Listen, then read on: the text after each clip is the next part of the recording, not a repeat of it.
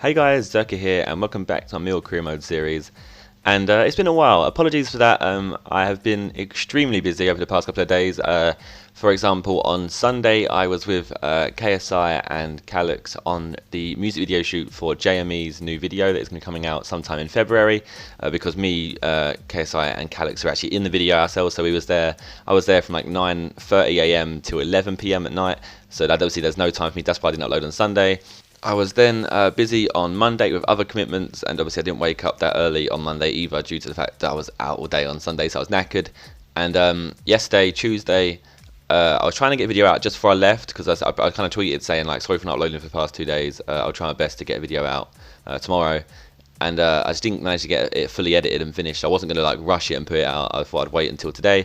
So yesterday I was at a Black Ops 2 event. It was a tournament for the new map pack.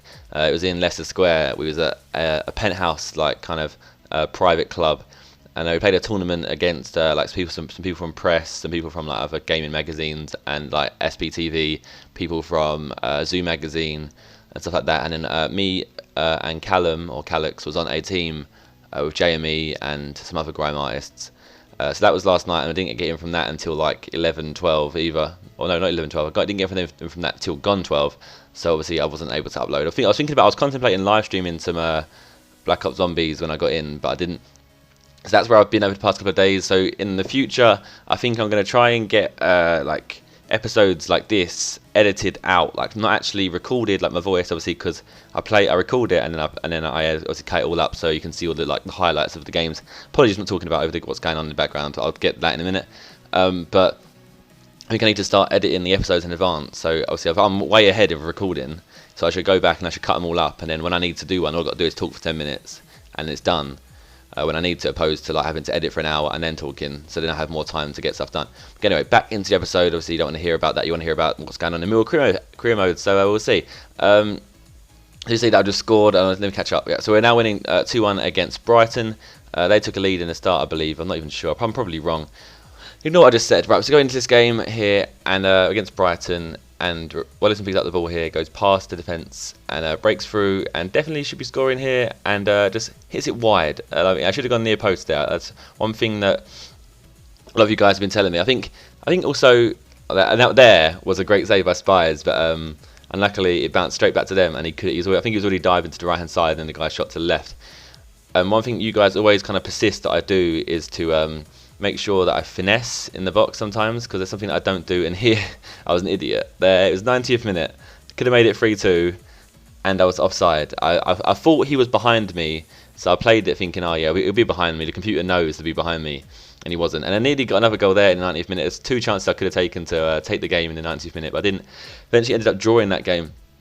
But as I was saying, you guys said to me that I need to start finessing in the box, because I noticed that I descend to like power shot or spam B and do rush shots in the box, and half the time they get saved, where sometimes if you finesse, it seems a lot. It's worked online for me recently. I've been playing clubs with Toby, so that's one thing I'll have to do in the future to make sure that I start doing that. We go into our next game here against Reading, and the cameras are focused on Liam Trotter, because Liam Trotter has said that he wants to leave Millwall, so obviously he is the main focus right now.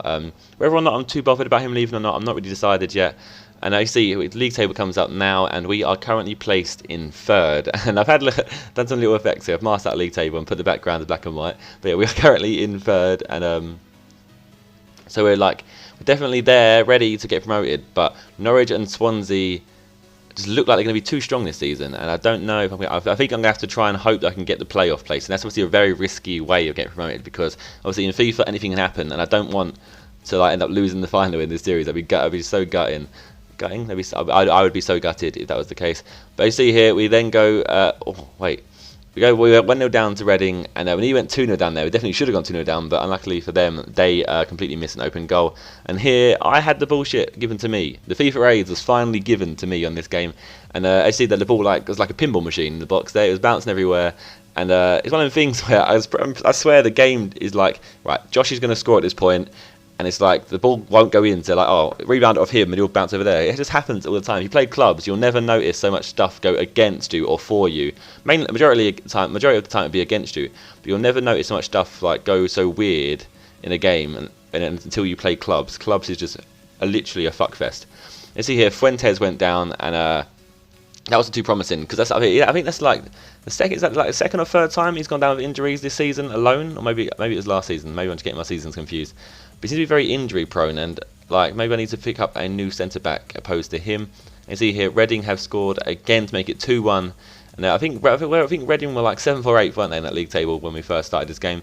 And that's definitely a game that we should be winning. You want to be winning against teams around you to make sure you pull away on points. In the 70th minute here, and Wallison has a shot, and somehow that was saved. Like, he kind of saved it with his foot, and it bounced up and hit the crossbar, but it's mad. And here you go, Keogh also goes down here, and it looks like he's clutching his shoulder. I don't know why he's clutching his shoulder. I'm guessing this injury is either going to be a bruised shoulder or a dislocated shoulder. We'll see what happens. But we finished that game 2-1 and lost, and we go look at the injuries, what they actually were. Fuentes is out for 4 months with lateral collateral ligament, or has suffered a lateral collateral ligament. And also, Keogh has suffered the exact same injury and will also be out for exactly 4 months. And that's 2 big injuries for a long period of time, and they're 2 injuries that we don't want to happen. Keogh obviously is a very strong player for us, and he's someone who scores a lot of goals and gets a lot of assists. So maybe that'll make room for Edwards to play more often and not always just come on as a sub or whatever. But regardless, that is still something that could possibly affect our promotion push this season. And here, again, I'm looking at my scouting report and just looking at the players that he has brought up, making sure that I keep looking at the players that have high potentials or high possible potentials up to 90. And a lot of you guys have told me to make sure that I actually sign them opposed to just continue scouting them. And that's one thing I didn't actually know until you guys spoke to me in the last episode about it. And obviously I have recorded in advance. That's one thing that I'll make sure I'll do when I next do some scouting. So thank you for that. We go into our next game against Peterborough. It's actually a quarter-final game in the Capital One Cup. And Peterborough have done well to get this far, to be honest. And so have I. In honesty, so it's going to be a tough game regardless. Obviously, they got this far. Peterborough, I think, are still in Championship. I'm not sure if they was one of the teams that got relegated last season or not. But still, regardless, it'll be a tough game because obviously they've got this far into the cup. And there, the A's went against me, and that could have been so frustrating if that had gone in. And our 2 players collided with each other, and the ball deflected and just went wide. We get into the 22nd minute here, and Romeo Vidal picks up a nice goal from the edge of the area. And Vidal is just an absolute tank. His pace, whenever you get the ball with him, he just feels like, when you get a player and you're playing with them and they just feel really good. It's hard to explain, but you can just tell they're a really good player, and he is one of them players. Wallison is exactly the same, but Vidal even feels better than Wallison. After this, we're going to the 90th minute, and we still haven't had much chances against us. And I didn't really create many chances either. It's a very tight game, and definitely should have scored at the end. I don't know what I was doing. I tried to lob the goalkeeper from 6 yards out, and that's something I accidentally do here and there. Regardless, we won that game 1-0, and then we now progress through to the semi-finals of the Capital One Cup, and obviously the Ball are going to be very happy with that because they wanted me to get to the quarterfinals, and I've achieved that target. But instead of just achieving that target, I've then gone further and got to the semis. So hopefully we get a decent game, and we might have actually a good chance of getting into the final. I think we're either going to play against Man United, Swansea or Arsenal, or Derby or West Ham. So Derby and West Ham and Swansea now have still got to play each other. But Man United have won their game against Tottenham, so that's Man United and me already in the semi-finals. You see here, I've got a job offer from Paraguay, and as always, that will be rejected. No international job offers, no international jobs are being accepted for me as of yet until it's a good club. And move on, and we go into our next game against Charlton. Now, Charlton are a rival of Millwall, as I've said before, and it's kind of a friendly rivalship in a way. And it's definitely a game that you want to be winning, especially when they're in the bottom half of the table. But they always seem to be a bogey team for me so far in this career mode. I think they've always pulled the game back. I've taken a lead against them, and they pulled it back. And in this game, we take the lead in the 41st minute with a Romeo Vidal header. And as again, he's in form. Past couple of games, I think he's the one who's even scored for me. He's the only one been scoring, and he's just been sick. And he's just great. He's just a great player. I can't stop talking about him. I just want him to be able to sign for me. It's like Bittencourt and Redmond last season. I wanted them players to sign so much. Obviously, I haven't got them now, and our team does kind of miss them, especially Bittencourt down the middle. I do need a good centre attacking mid like Bittencourt. He was fast and he was good at goal scoring. Charlton pulled it back there and made it 1-1, and when he made it 2-1 there, Wallison tried to go for the far post, but it just went narrowly wide. And the 87th minute here, I think it is.